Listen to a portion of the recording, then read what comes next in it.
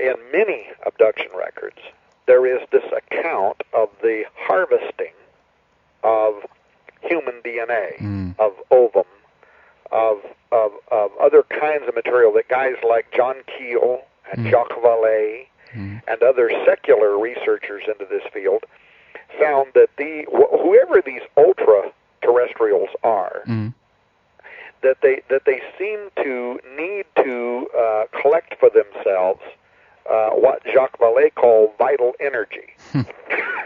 Interesting. Excuse me. Yeah. Molecular matter that's associated with three-dimensional life forms. And what is this? Vallée and others have assumed that this is some kind of a construct material, some matter that they need for achieving incarnation into our reality. Ah, I see, yeah. So this now, is... and of course that would, for people of faith, that would go along with the biblical record. The sons of God saw the daughters of men, that the blah, blah, blah, and they took for themselves wives, and that they saw that they were fit, in the Septuagint version it says they saw that they were fit extensions. They were a material form through which they could extend themselves from their dimension into ours. So... So this is interesting because this is not the way that people, conventionally in that sense you think of it. Because if what you're saying here, I guess, is that through the means of transgenic science, you can actually create a creature, and into that creature, a spirit or an entity is incarnated, right? That's absolutely right.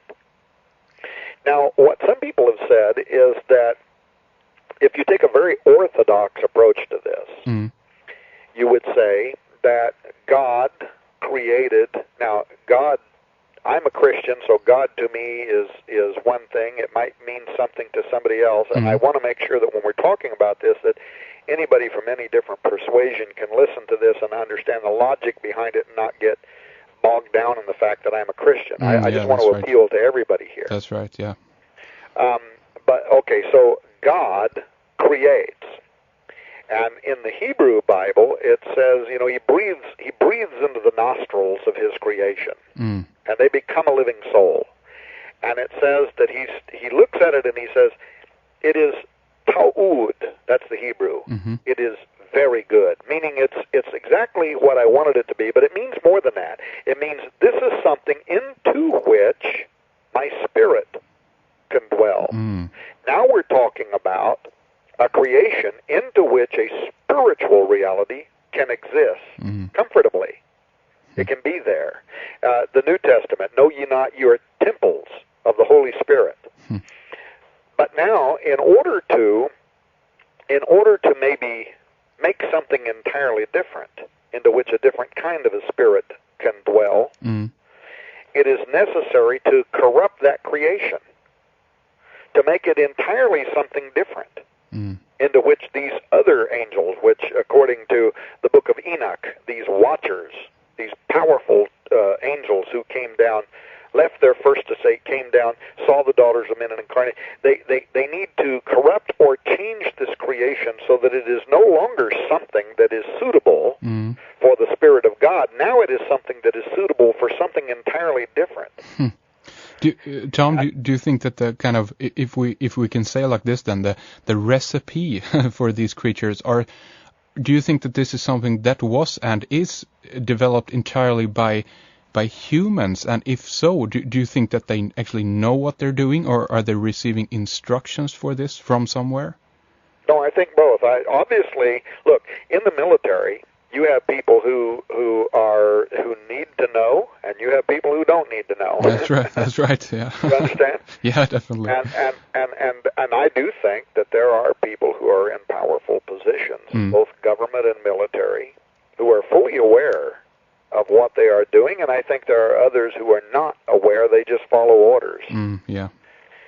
And but now, let me get past this, but let me say before I leave this point to people of faith out there, because I've ran into this many times, Henrik, where this bothers people of faith. The idea that creation could be made by these ultra-terrestrials because, and I've ran into this so many times where they say there's only one creator, only God can create, nobody else can create. And I like to make this point that that theologically it is correct to say that the original creator is the only one who possesses the power to speak. And now in the Hebrew, this is the word haya, or let there be. He's the only one who can speak and call raw atomic or nuclear energy out of nothingness into specified molecular form. However, once that's been done, that created living energy can be altered by any kind of superintelligence or even human intelligence. That's We're right. doing it right now. That's right. In the United States, in Australia, in the United Kingdom, all over the world right now, we're blending humans with animals and creating chimeric embryos. That's right, yeah. So once it's made, that created living energy after the fact can be manipulated by intelligence. And what the case that Vali and others made was that this might be in order to construct some three-dimensional expression for themselves. Now, it might also explain why animals and humans have been killed and mutilated and even stolen away in these UFO flap areas. That's right, yeah. Because this material is being harvested for reasons that are beyond our comprehension.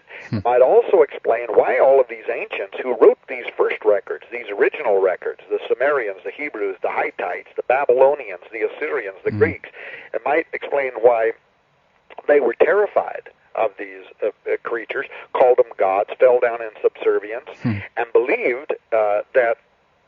And this goes to why I named the book Nephilim Stargates, because they believed that gateways on Earth were symbolic of other dimensional or celestial openings through which dark influences or light influences might seek entry.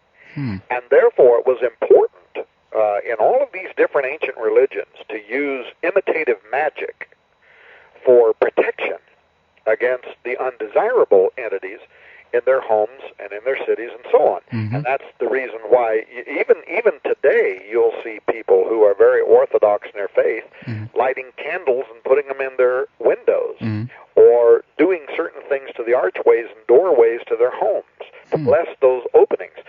This goes back to a very ancient idea that archways, openings, portals, stargates, represented pathways through which something could come. Some of that comes through those gateways might be good, but some of it might not be. And we want to block that we don't want to come through. And so you have these gateways, or stargates as I refer to them, represented on Earth, for instance, in Assyrian archways, where, for instance, they use these elaborate construction ceremonies. And then they blessed these archways and openings into their cities and into their homes by the names of good omens and by the names of good gods. And in the major, like the palaces and in the city entryways, they'd build these colossal transgenic creatures. Have you ever looked at some of the Assyrian archways going into their cities?